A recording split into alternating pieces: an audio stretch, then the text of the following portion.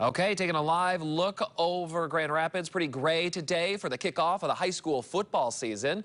We're joined by meteorologist Sarah Flynn. And Sarah, Matt's been here all week giving us sunshine. Then he sticks you with today, knowing we're going to get that rain, I bet. I know. He planned this. Now Yes, I'm the bearer of bad news. That's exactly how I feel. But unfortunately, you're right. Football starts today, and we are tracking some showers and potentially a few thunderstorms in the mix. So here's kind of a look at the setup that we're dealing with. We have this warm front draped just north of Grand Rapids, and that's really what's pulling in that warmth and that moisture, the fuel for those showers out there. So that's why we're starting to see them fire up over the lake right now. It is pretty scattered in nature, but some areas are going to see some of those showers continue today. And this isn't going to be the end of it by any means. It doesn't look like a ton, but we should see this grow as we move throughout the afternoon and evening. So something to keep a lookout for. But the good news is most areas are staying dry. And even if you're not really seeing those thunderstorms or that lightning.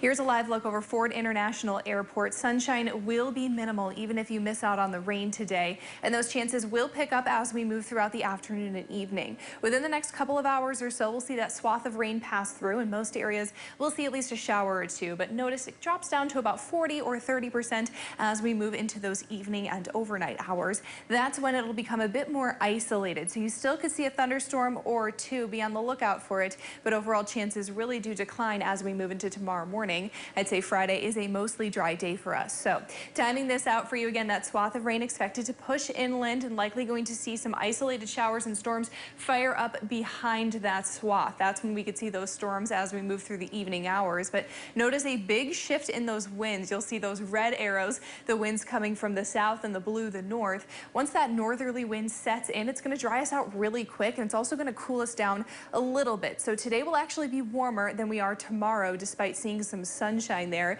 Highs today will top off in those mid to upper 70s and even some 80s down to the south. You'll notice kind of that sharp cutoff in color there. That's because of that warm front.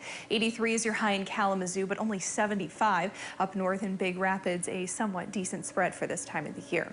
It is a little bit muggy out there because of those showers, and the good news is behind this system, it will be a lot more pleasant out there as we move through the start of your weekend. A dew point of 58 expected on Saturday, but notice it jumps right back up with our temperatures Sunday into Monday. We're back in that very humid phase on Monday, and that's system number 2 that we're tracking that can bring us some showers and storms.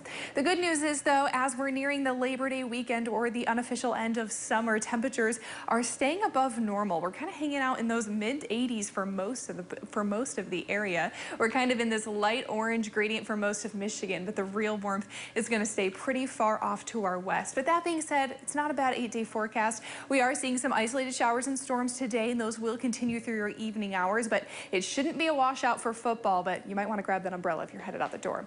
We're up to 79 for a high tomorrow. The weekend looking great in those mid-80s, a good deal of sunshine. Storms will likely start to fire up very, very late in the evening on Sunday and carry through much of Monday, and then we should be dry for quite a bit of time. Our models are kind of indicating we'll hang out in those 70s and 80s with low humidity. So once we get through those showers today and then again early next week, it should be really great weather as we move into Labor Day. Yeah, into the Labor Day weekend. I know. I can't believe we're talking Labor Day already, but crossing our fingers for that good weather. It's crazy. Thanks, Sarah.